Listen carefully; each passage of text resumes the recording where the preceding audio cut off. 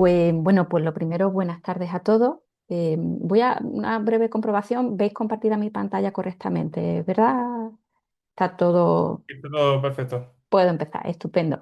Bueno, pues como decía, lo primero daros las gracias a Edint y a la FEM, por supuesto, por invitarme a participar en esta Edint Talk. A lo largo del ciclo de las Edint Talk, pues se ha hablado de muchos temas. Se ha hablado de inteligencia artificial, de comunicación, de ética, de innovación urbana. Y hoy lo que me gustaría es añadir una capa más a esa conversación. Y la capa que vamos a añadir es la capa espacial. No vengo realmente a hablar de satélites como algo lejano o aspiracional. Vengo a hablar de cómo los datos espaciales, en particular los datos de observación de la Tierra, pueden ayudarnos a entender mejor la ciudad, dónde se calienta más, dónde se pierde suelo permeable, dónde necesitamos más verde urbano o qué zonas pueden sufrir más ante lluvias intensas o episodios de calor, por ejemplo. La idea central de la charla es sencilla. Los datos espaciales no sustituyen a los datos urbanos, ni mucho menos, sino que los complementan. Y esa es la idea principal sobre la que quiero comentaros en esta charla. Y la pregunta que quiero plantear desde el principio es esta, ¿no? ¿Qué aporta mirar una ciudad desde el espacio? Y la respuesta no es más datos, porque los municipios ya tienen muchos datos, a veces incluso demasiados, datos de tráfico, de consumo, de incidencias, de presupuestos, de quejas ciudadanas. El reto es utilizar esos datos e interpretarlos. El reto es tener más contexto para interpretar mejor lo que ocurre en nuestra ciudad. Y ahí, justo ahí, es donde los datos espaciales pueden aportar mucho valor, porque nos ayudan a ver patrones que no siempre se aprecian desde la calle, a medir cómo cambia el territorio con el paso del tiempo y a priorizar decisiones con una mirada bastante más completa, más contextual. Un sensor, por ejemplo, nos dice que la calle hace calor, pero el satélite nos dice que es porque todo el barrio ha perdido su cubierta vegetal, por ejemplo, ¿no? Por eso, durante la charla de hoy, no voy a hablar de datos espaciales como desde un punto de vista tecnológico, sino como una capa que puede complementar los datos urbanos y sobre todo ayudar a convertirlos en decisiones mucho más útiles para los municipios. Y antes de entrar en datos espaciales, creo que también es importante pues, reconocer pues, todas estas pasadas charlas, ¿no? Que creo que se concluye el ciclo de las Edin Talk con esta charla sobre datos espaciales. Y en todas estas charlas anteriores ya se ha hablado de muchos temas, ¿no? Como decía antes, inteligencia artificial, innovación urbana.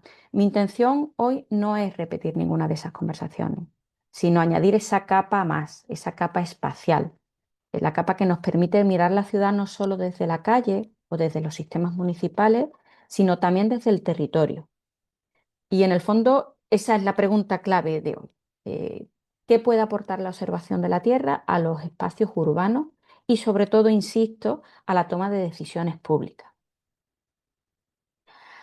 Así quiero hacer una aclaración también importante antes de entrar en una parte más técnica, porque cuando hablamos de datos espaciales no estamos hablando de una sola cosa.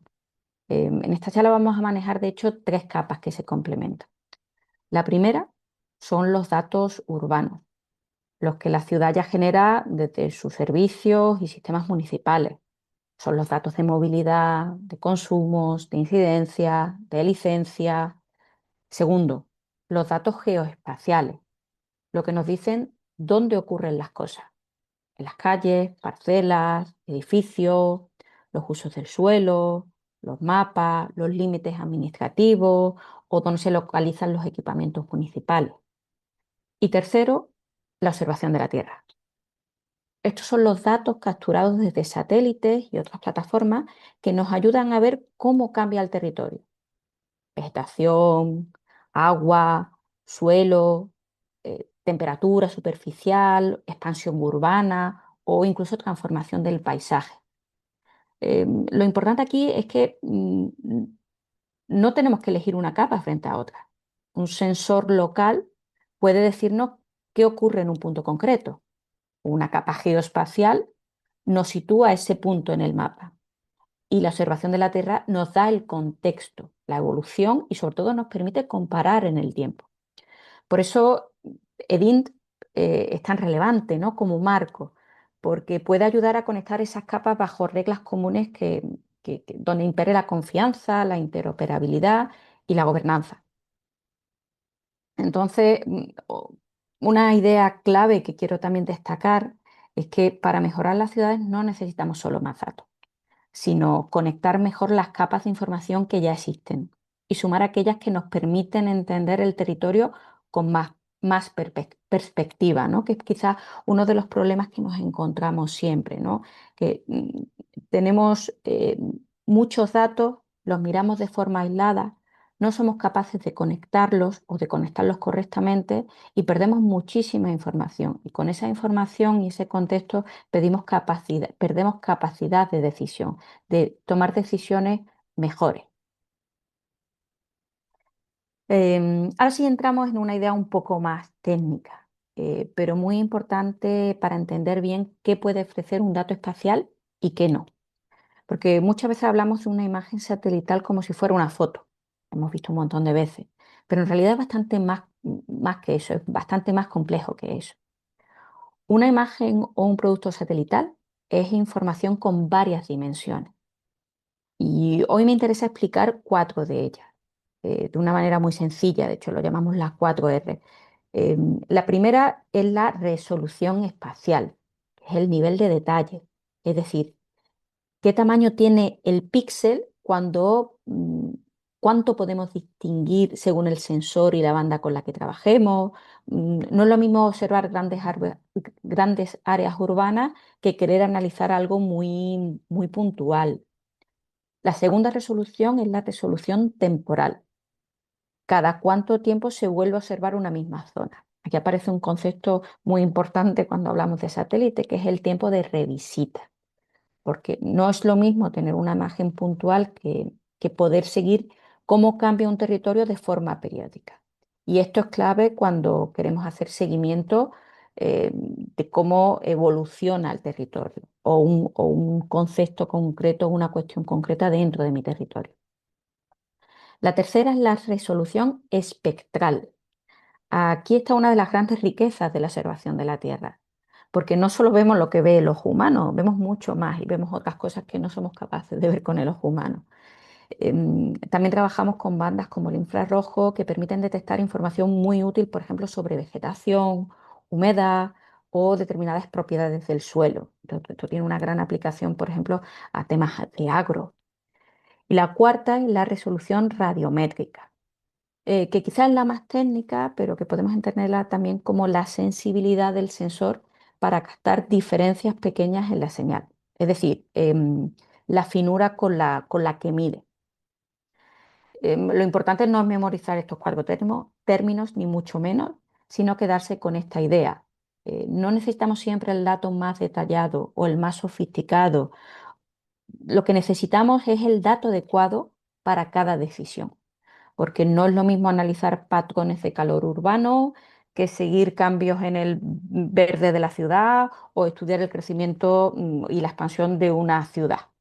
Pues cada una de estas preguntas puede requerir una combinación distinta de resoluciones. Y aquí es donde conviene añadir otro matiz importante. No todos los datos espaciales sirven para todo. Hay datos públicos, abiertos, de hecho hoy vamos a comentar especialmente sobre eso. Hay datos comerciales de muy alta resolución, hay sensores locales, hay drones, hay datos municipales. La clave no es defender una fuente frente a otra, yo no la voy a defender de hecho, sino saber combinar fuentes según la decisión que queremos tomar. Por eso la pregunta no es cuál es el mejor dato, ¿no? O qué satélite me da la mejor información. Esa no es la pregunta es qué dato es útil para este problema concreto que tengo que resolver en mi municipio.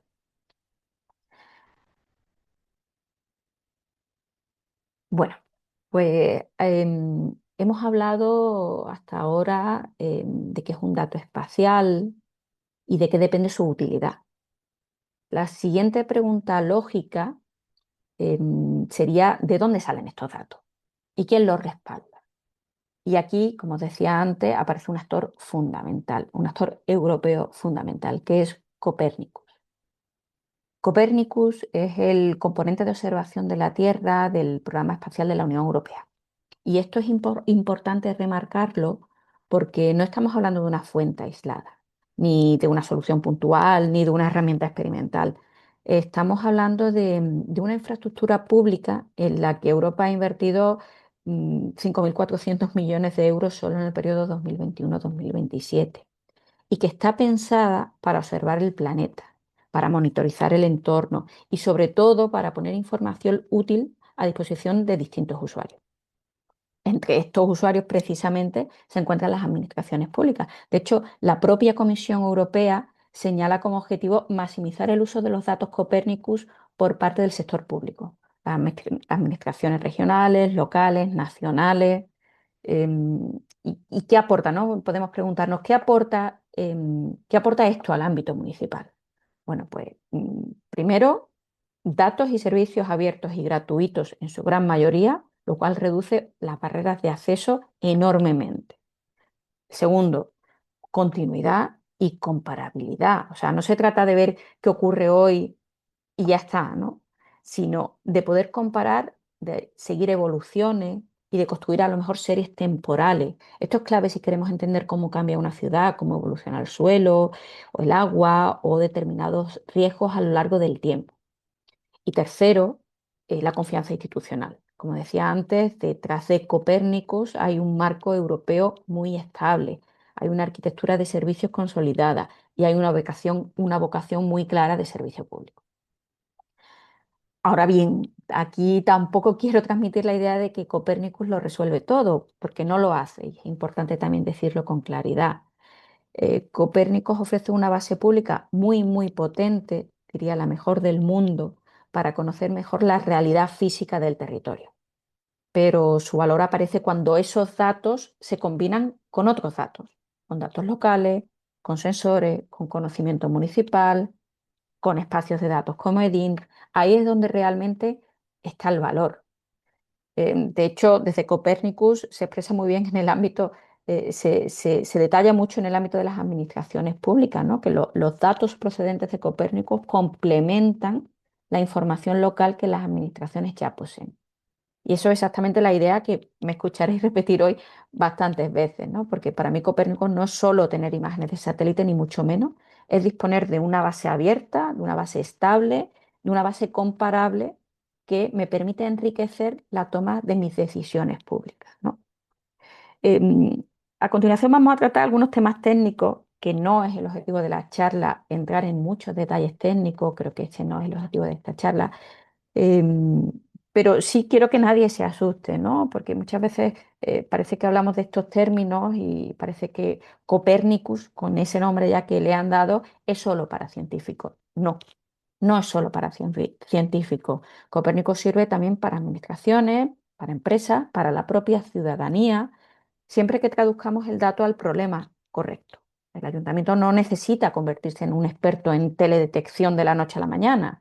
Lo que necesita saber es qué pregunta quiere responder, qué problema tiene el municipio y probablemente en algún momento pues necesitará un apoyo técnico que le convierta el dato en información útil. Y ahí es donde está este valor tan importante. Bueno, pues después de presentar a Copernicus, eh, que es, como hemos dicho, la infraestructura europea que respalda esta mirada espacial, esta vista desde el espacio, la siguiente pregunta lógica sería, pues, a ver, ¿qué nos ofrece realmente?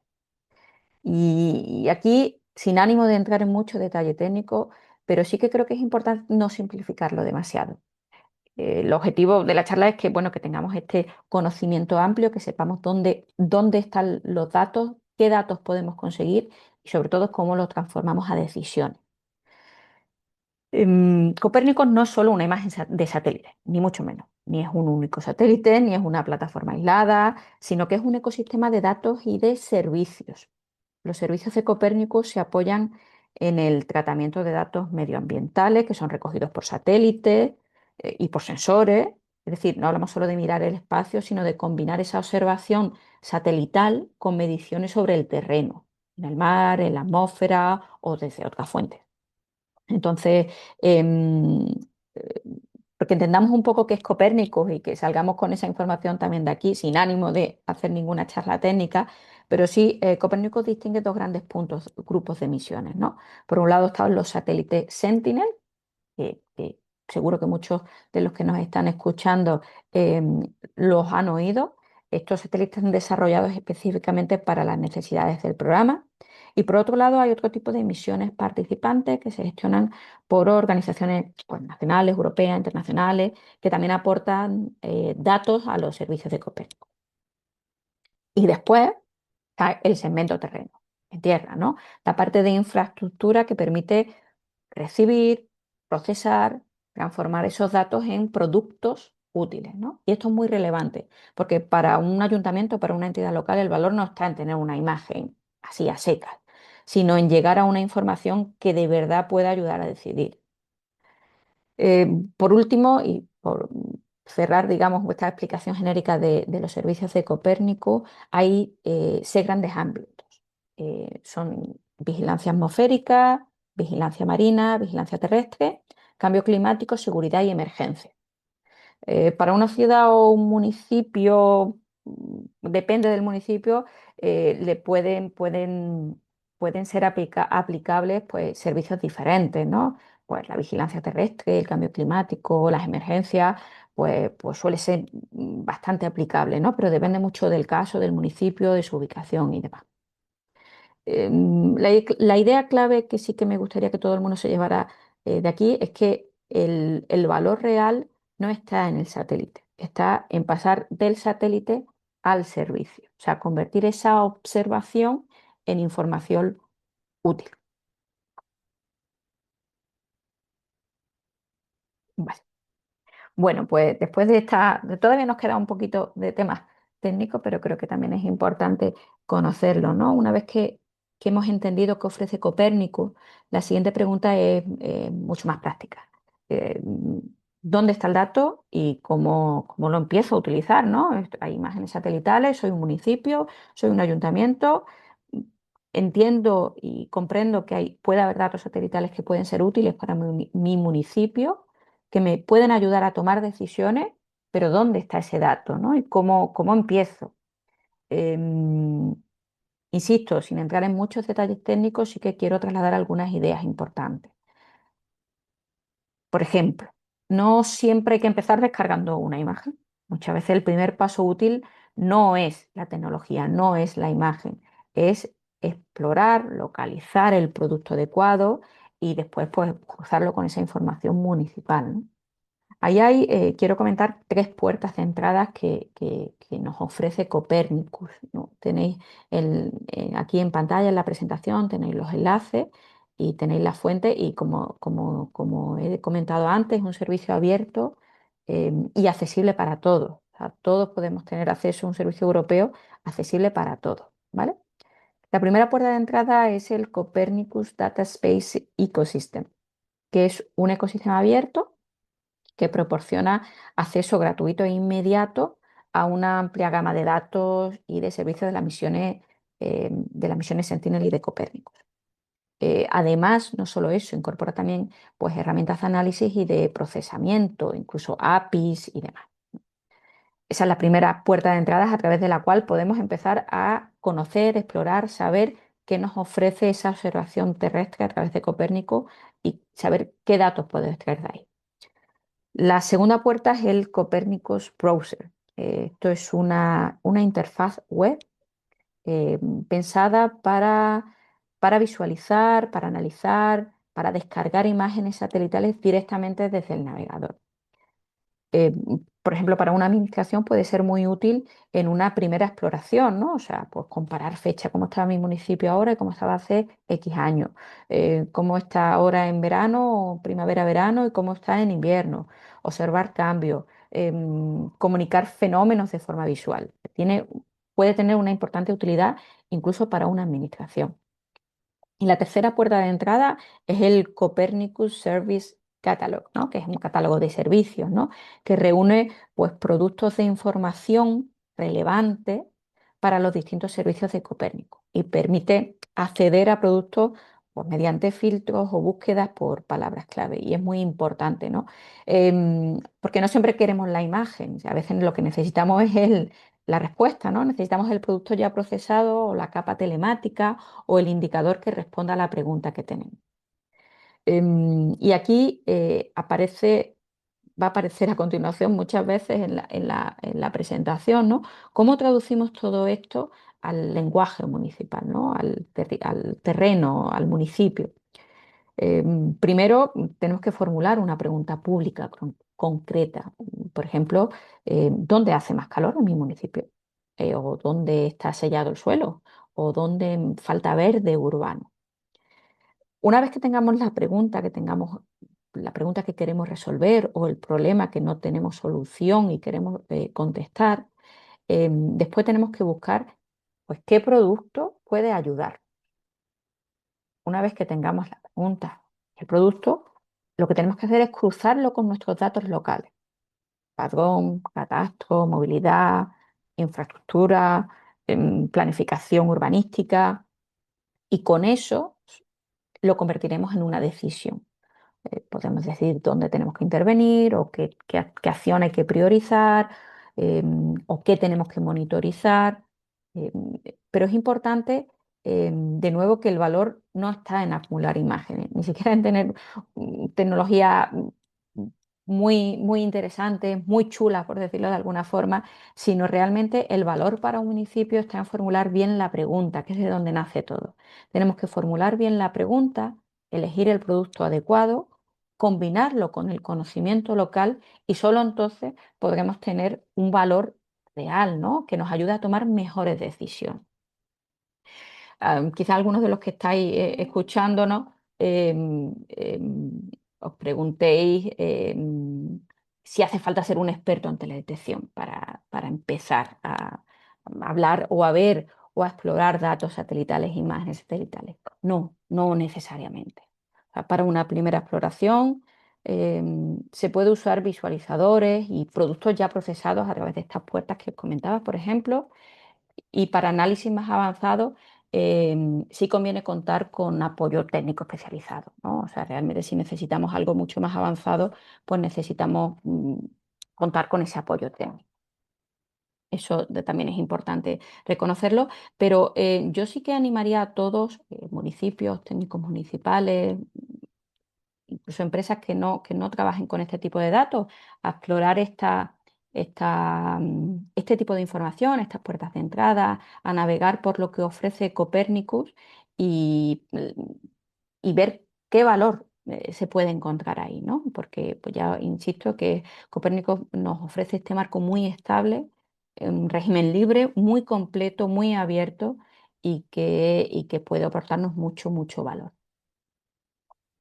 Bueno, pues una vez visto qué servicio ofrece Copérnico y cómo acceder al dato, la siguiente pregunta sería, bueno, ¿y qué misiones, Sentinel en este caso, ¿no? Nos interesan realmente cuando pensamos en ciudades y municipios? O sea, ¿qué tipo de datos, de información vamos a obtener, ¿no? Y esto, de nuevo, no es una charla técnica, pero creo que sí conviene aclarar algunos matices técnicos.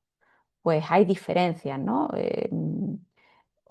Hoy en día ya digamos, la conversación del espacio está en boca de todos, afortunadamente. El espacio no es un espacio lejano, sino es un espacio muy presente y cada uno de nosotros, ciudadanos de a pie, utilizamos docenas de satélites en nuestra vida diaria sin darnos cuenta, la mayoría, en el uso de un montón de cosas, ¿no? Entonces, yo sí que quiero que en este tema particular de la observación terrestre de Copérnico, pues que al menos nos quedemos con dos, tres ideas. Mm, Algo técnicas, pero importantes, ¿no? Em, Tenemos estos satélites que los veis, bueno, no son todos satélites, ahora empezaré a explicar, ¿no? O sea, porque realmente Sentinel-1, Sentinel-2, Sentinel-3 y Sentinel-6 sí que son satélites dedicados de Copérnico, pero el 4, el 5 y, bueno, y el 5P que fue precursor de Sentinel. El 4 y el 5 son instrumentos embarcados en satélites meteorológicos Y el Sentinel-5P, que por si lo escucháis alguna vez, sí que fue precursor de Sentinel-5, sí que sí que es un satélite dedicado, ¿no? Pero no hace falta ni mucho menos memorizar la arquitectura, pero lo que sí que me interesa es que se entienda la lógica, ¿no? Que cada misión mide cosas distintas, y por tanto sirve para preguntas públicas distintas. Por ejemplo, Sentinel-1 trabaja con radar. ¿Qué significa esto en la práctica? Pues que puede observar incluso cuando hay nubes, que es una pregunta que muchos pues nos podemos preguntar, ¿no? Bueno, pues si tenemos un satélite en el espacio y el día está nublado o muy nublado, ¿sirve de algo? Pues sí, depende, evidentemente, depende de qué servicio estemos hablando, pero por ejemplo, Sentinel-1 trabaja con radar, y eso significa que puede observar incluso cuando hay nubes o cuando es de noche. Y eso, por ejemplo, lo hace muy útil para inundaciones, para humedad, para deformación del terreno o incluso para determinados seguimientos costeros. Eh, Entonces, esta es la idea que quiero que quede, ¿no? Que hay diferentes datos que sirven para diferentes cosas. Por ejemplo, Sentinel-2 es probablemente el más intuitivo desde un contexto municipal, ¿no? Porque es óptico multiespectral. Esto nos ayuda, pues, ¿a qué? A observar vegetación, suelo, agua, cambios territoriales. Por ejemplo, cuando hablamos de verde urbano, o la cobertura del suelo o la evolución de la ciudad, pues sería una referencia muy, muy clara y muy importante. Por seguir dando una idea, ¿no? Pues Sentinel-3 aporta una capa diferente.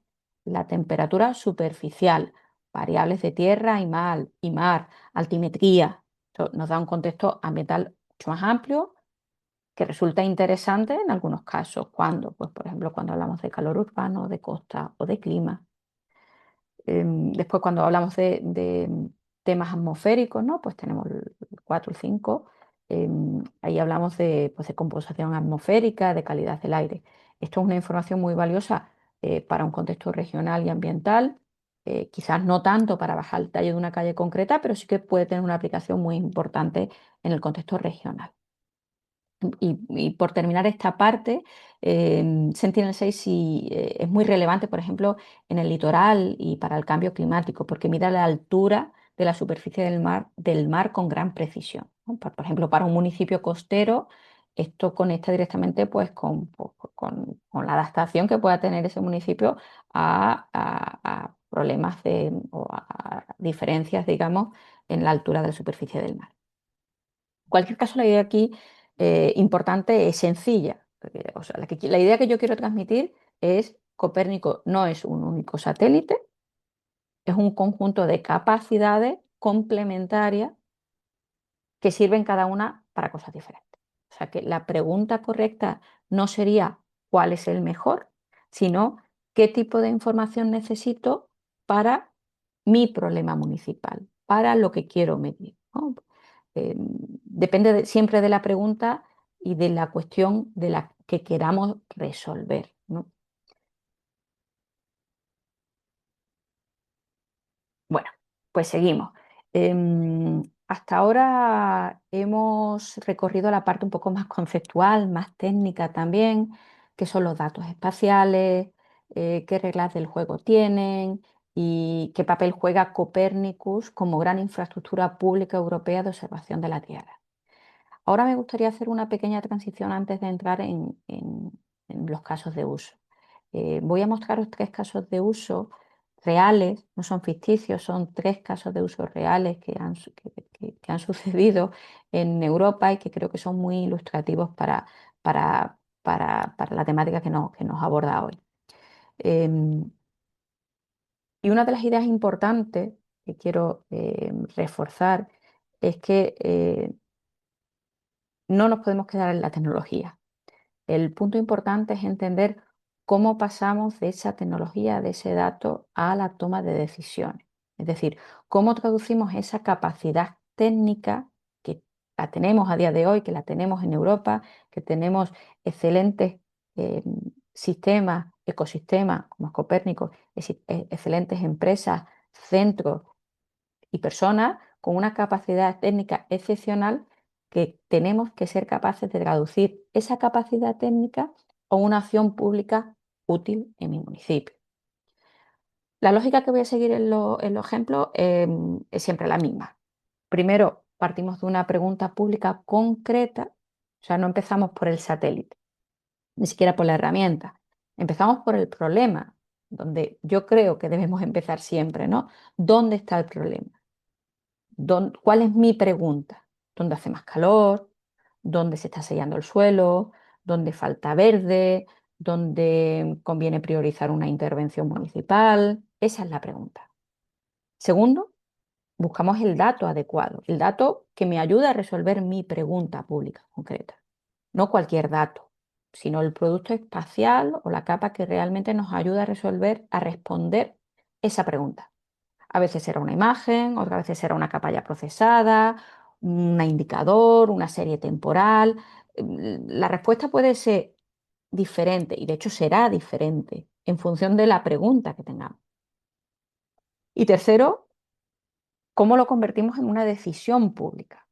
Ahí es donde entran los datos locales en valor, el contexto, porque el objetivo no es describir el territorio de una forma, digamos, bonita, ¿no? Las imágenes satelitales son ma- preciosas, ¿no? La cuestión es actuar mejor, priorizar, comparar, monitorizar, justificar una inversión o evaluar una política de intervención en el territorio, ¿no? Por eso en los siguientes casos de uso, que como digo son tres, no voy a plantear la tecnología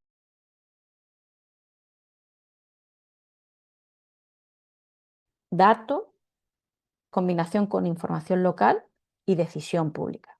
Creo que esto ayuda también a que la charla no suene como una charla técnica, sí que evidentemente pues los datos satelitales, los datos de observación de la Tierra pues, tienen un gran componente técnico que tenemos que traducirlo, ¿no? Quiero que sea algo cercano y que pues, sobre todo que se acerque pues, a la gestión municipal real, ¿no? Que es lo que queremos comentar hoy.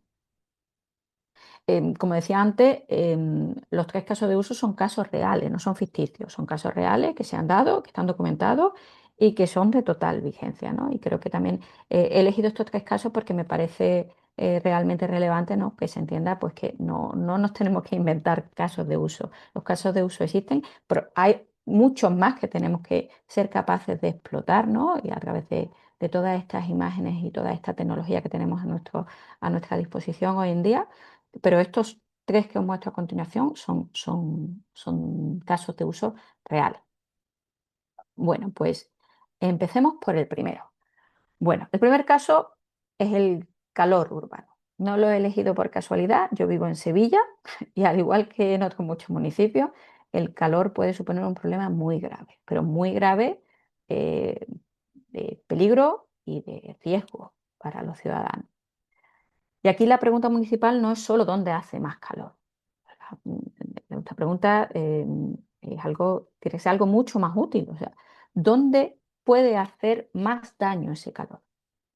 Por ejemplo, pensemos en dos calles con una temperatura parecida, pero en una hay árboles, sombra, hay poca población vulnerable y en la otra calle pues tenemos mucho asfalto, tenemos poca sombra, tenemos mucha densidad de edificios, tenemos muchas personas mayores.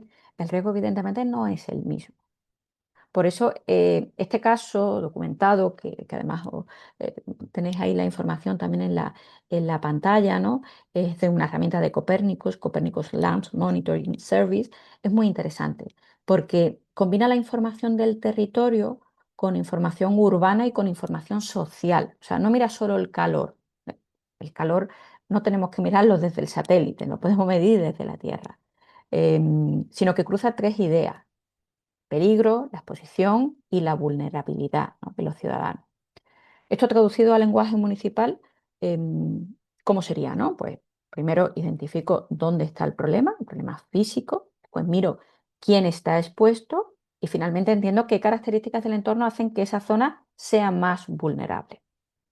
Esto me permite tomar una decisión mejor, me permite priorizar. O sea, no actúo en general, no actúo contra el calor, sino que decido dónde plantar árboles, dónde reforzar sombra, dónde ubicar refugios climáticos o dónde tengo que intervenir primero porque tengo un riesgo de unas personas vulnerables que pueden verse muy afectadas por estas islas de calor, ¿no? O sea, en resumen, no se trata solo de medir el calor, se trata de saber dónde ese calor puede hacer más daño, ¿no? Que es la pregunta clave. Aquí en pantalla lo vemos visualmente. El mapa y las imágenes son de la ciudad de Milán. Creo que son bastante ilustrativas porque, bueno, Milán, con muchas ciudades, tiene una densidad de edificios elevadas, ¿no? Entonces, este caso de uso que lo llevó a cabo una empresa, no muestra simplemente dónde hace calor, sino lo que nos pone de manifiesto es dónde se concentra ese mayor riesgo. Nos permite ver cómo el dato espacial se convierte en una lectura territorial que es útil, porque es útil porque me permite priorizar actuaciones en mi territorio, ¿no? Y ahí es donde está el valor para el municipio, cuando nos ayuda a decirnos dónde plantar ese arbolado o dónde reforzar la sombra, ¿no? Ese es el valor. Vamos a pasar al segundo caso. El segundo caso que he elegido para hoy trata sobre la impermeabilización del suelo. Dicho de otra forma, ¿qué parte de la ciudad está cubierta por asfalto, hormigón o pavimentos que impiden que el agua entre en el suelo? La pregunta municipal desde la que partiríamos es muy concreta. ¿Dónde ha dejado mi ciudad de absorber agua? ¿Y dónde tendría más sentido recuperar la permeabilidad? Cuando una superficie está muy impermeabilizada, el agua no se infiltra, ¿no? No infiltra en la zona. Entonces corre por la superficie y ¿qué provoca? Pues presiona la red de drenaje, puede agravar problemas de inundación, también contribuye al calor urbano. Entonces, ¿cómo nos ayuda aquí Copérnicus? Pues Copérnicus nos permite observar y comparar esas superficies impermeables, pero no como una intuición de parece que aquí hay mucho asfalto, ¿no? Esta zona parece muy dura. No, no, no, sino como una capa realmente medible y comparable, ¿no? Pero de nuevo, el dato espacial por sí solo no basta. Para que sea útil en un ayuntamiento, en un municipio, hay que cruzarlo con datos locales. Por ejemplo, dónde se producen incidencias cuando llueve, o cómo está la red de drenaje, qué espacios públicos están pendientes de reforma, dónde hay colegios, dónde hay plazas, dónde hay aparcamientos subterráneos o barrios con muy poca vegetación. ¿Y esto qué nos permite? ¿Qué decisión, que es al final el punto importante, ¿no? ¿Qué decisión permite tomar? Pues podemos priorizar pavimentos permeables, sistemas urbanos de drenaje más sostenibles, arbolado, corredores verdes, actuaciones de renaturalización del terreno. De nuevo, no se trata solo de ver el asfalto, sino se trata de saber dónde la ciudad necesita volver a absorber, a enfriar y, al fin y al cabo, a respirar, ¿no? Entonces, esta es una parte muy importante de la ciudad. Aquí lo vemos también en una serie, lo veis en pantalla, son imágenes de este caso real, insisto, son todos casos reales. Aquí se muestra un estudio de la impermeabilización del suelo, de cómo se midió y se comparó, ¿no? Como decía antes, no es una intuición urbanística, es una capa objetiva, medida, que permite ver dónde la ciudad ha perdido capacidad de absorber agua y dónde puede ser prioritario renaturalizar, porque esta impermeabilización pues, puede tener unas consecuencias muy graves para el territorio. Aquí el mapa, como veis, muestra la superficie sellada per cápita en regiones europeas. Ahí, pues, cuanto más oscuro es el color, mayor es el sellado, ¿no? En la imagen de la derecha veis la clasificación de los 20 países con mayor porcentaje de suelo sellado. De hecho, el eje vertical muestra el porcentaje total de superficie sellada. Ahí vemos que Malta encabeza la lista con casi un 20% de todo su territorio, ¿no? Y España aparece, desafortunadamente en este caso, pero al menos estamos en la posición 20, ¿no? Bueno, pues por último, el tercer caso. El tercer caso que he querido traeros hoy es el verde urbano. Y aquí me interesa también cambiar un poco la mirada y la percepción de lo que tenemos del verde, porque el verde no es solo una decoración urbana, ni solo metros cuadrados de parque, mm, no es algo bonito solo, que también, por supuesto, pero el verde urbano es una infraestructura climática y es muy importante tenerla en cuenta. La pregunta municipal en este caso sería, ¿qué verde de mi ciudad está funcionando bien? ¿Dónde está más tensionado por el calor? ¿O dónde necesitamos reforzarlo más? Este caso, que también es un caso real del Copernicus Land Monitoring Service, es sobre Madrid, ¿no? Donde se muestra algo muy interesante. La isla de calor urbana afecta a los ritmos de los árboles. Esto es algo que intuitivamente pues, podemos entender todos, ¿no? Pero este tipo de estudios y de casos no son intuición, son datos, datos reales y que nos sirven para medir, comparar y tomar decisiones, insisto. En las zonas más urbanizadas, por ejemplo, algunos árboles empiezan pues antes su temporada, otros lo alargan más en las zonas menos urbanizadas. Dicho de otra manera, la ciudad cambia el comportamiento del arbolado y eso puede tener implicaciones en muchos aspectos, en biodiversidad, en mantenimiento, en consumo de agua, en sombra o incluso en las alergias que sufrimos muchos ciudadanos. Entonces, para un ayuntamiento esto permite pasar de decir, ese tipo de información permite pasar de decir tenemos zonas verdes a decir sabemos cómo está funcionando nuestro verde urbano y dónde conviene actuar.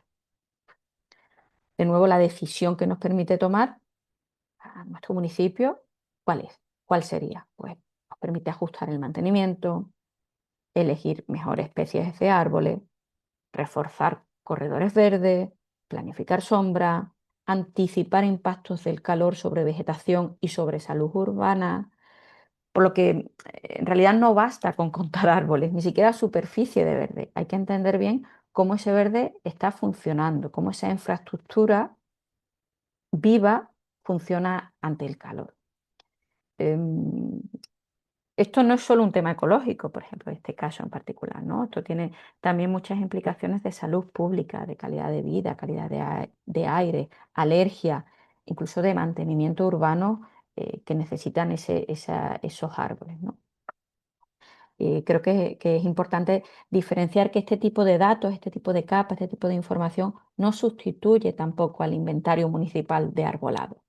El inventario de detalle árbol a árbol es interesante, es importante, es un dato municipal. Sin embargo, capas como esta nos ofrece Copérnicus, aporta una visión territorial y sobre todo también una evolución en el tiempo. Esto creo que es muy importante, ¿no? Porque nos permite continuidad, comparabilidad, seguimiento territorial, nos permite saber qué ha pasado en los últimos años, nos permite compararnos con otros municipios y nos permite tomar mejores decisiones de nuevo, ¿no? Pues seleccionar esas especies mejores, darle prioridad a mis acciones de mantenimiento, etcétera. Aquí vemos el caso, que en pantalla vemos el caso de Madrid, ¿no? En el panel aquí a la izquierda de la pantalla muestra los datos del área metropolitana de Madrid, donde se llevó a cabo este caso de uso. Aquí lo que se refuerza también es la idea de que el verde urbano no es solo superficie verde, no es lo mismo el verde urbano. No funciona igual un árbol en un sitio que un árbol en otro sitio, aunque sea el mismo árbol, ¿no? Los productos de vegetación permiten además observar cómo responde la vegetación a ese calor urbano, cómo cambia la estacionalidad y sobre todo las implicaciones que tiene, como digo, en esa biodiversidad, en la salud, en el mantenimiento, etcétera, ¿no? Me parece también un caso muy relevante, muy cercano y que me parecía muy, muy interesante traerlo hoy. Bueno, pues después de ver estos tres casos, me gustaría quedarme con lo esencial, porque como decía y he dicho varias veces, no es mi objetivo eh, dar una charla técnica. No creo que haga falta que recordemos cada producto, cada sigla o cada detalle técnico que se haya dicho, pero sí que creo que hay una cosa importante, que es ver el patrón común. En el caso del calor urbano, por ejemplo, no era solo dónde hace más calor, sino dónde el calor puede hacer más daño. En el caso del suelo impermeable, la pregunta no es cuánto asfalto tengo, sino dónde la ciudad ha dejado de absorber agua y va a causar problemas. Y en el caso tercero del verde urbano, de nuevo, no es contar árboles, es cómo está funcionando mi infraestructura viva frente a ese calor urbano, ¿no? Los tres casos hemos seguido la misma lógica, como habéis visto. Primero una pregunta pública, concreta, después un producto espacial que aporta contexto, luego datos locales que aterrizan ese análisis y finalmente decisiones, que es al final el resultado que queremos extraer. Y ya por ir terminando, ¿no? Esta al final es la conexión natural con plataformas como EDINT. Los datos espaciales, en este caso hemos revisado los de Copérnico, pues nos dan una base pública, comparable, accesible para observar el territorio. Pero esa base no decide nada por sí sola. Ese dato no nos da la solución por sí sola, no nos responde a nuestra pregunta. El valor real aparece cuando esa información entra en un espacio donde pueden cruzarse con datos municipales, con reglas claras, con estándares, con criterios de uso. Ese espacio de datos no es simplemente un repositorio, o entiendo yo que no debe ser simplemente un repositorio, sino que debe ser una infraestructura que nos dé confianza para conectar fuentes, ¿no? Diferentes actores, incluso empresas, ciudadanía, decisiones municipales, etcétera. Bueno, pues de nuevo, para ir concluyendo, si bajamos esto a un ayuntamiento, que entiendo que nos estarán escuchando algunos técnicos municipales o técnicos de ayuntamientos, de municipios, nos escucharán, mi recomendación sería empezar pequeño. No hace falta empezar por una gran plataforma, ni por un proyecto enorme, ni por intentar abordar a la vez 10 preguntas. Lo que yo creo que hace falta es empezar por una decisión, por una pregunta concreta que queramos mejorar. Entonces, el primer paso es muy claro, es elegir mi pregunta pública, mi problema. Por ejemplo, ¿dónde tengo que reforzar sombra? ¿Dónde tengo que renaturalizar mi terreno? ¿Dónde priorizo el verde urbano?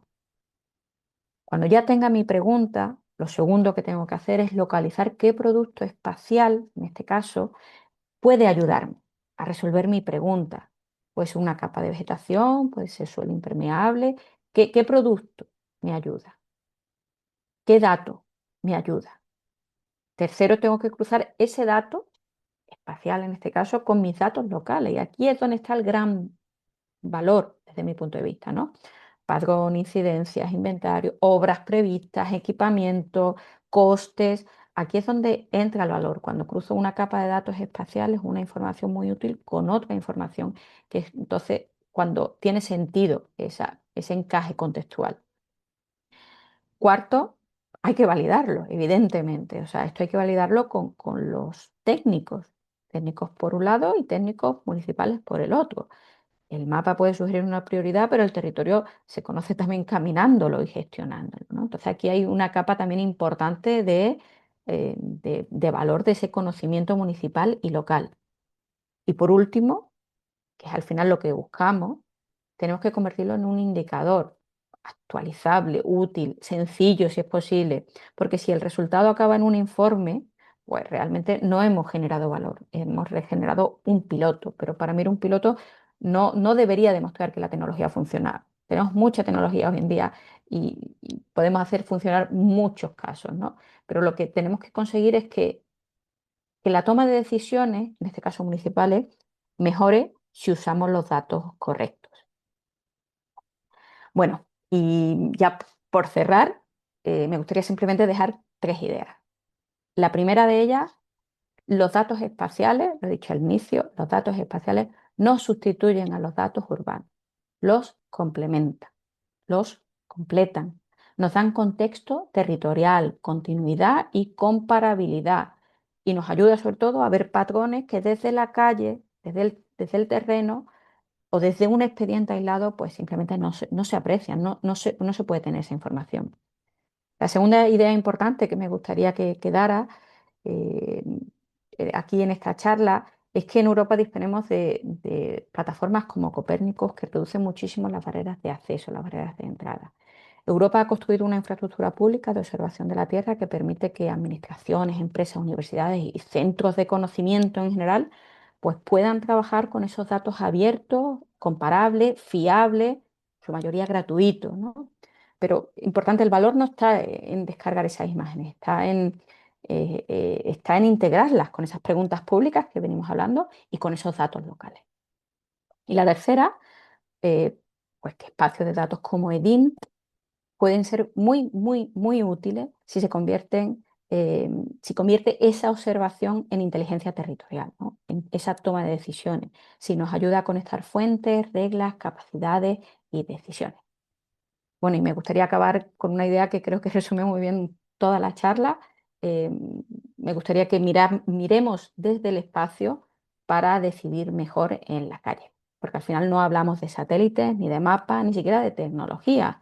Hablamos de mejores herramientas para cuidar mejor nuestras ciudades y a las personas que vivimos en ellas. Bueno, pues con esto únicamente daros las gracias a Edín, a la FEM por contar conmigo para esta charla y ha sido un verdadero placer.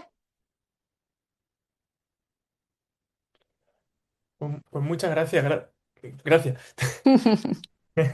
La verdad es que me ha parecido súper interesante, especialmente me quedo con eso último también que has comentado, ¿no? En las últimas diapositivas de la intersección entre los datos espaciales y cómo sirven para complementar efectivamente esos datos urbanos que se pueden generar desde los propios ayuntamientos, de las empresas o de la vida diaria de la ciudadanía. Efectivamente, EDINT es principalmente por un lado, un gestor de confianza, ¿no? Una aglomeración de datos que vengan en diferentes puntos para que, con la premisa de que los ayuntamientos los puedan utilizar para mejorar efectivamente esa toma de decisiones. Y en esa línea, pues creo que acoplar los datos espaciales precisamente para, por un lado, fortalecer, ¿no? esa información que puede ser muy interesante y muy útil y que al final, sobre todo, funcione para localizar y proyectar mejor, ¿no? Las soluciones que se tengan que aplicar en el futuro. Especialmente, por ejemplo, yo también que soy de Sevilla, ¿no? Pues en lugares en los cuales aquí, pues también se van a requerir a lo mejor ciertas miradas, ¿no?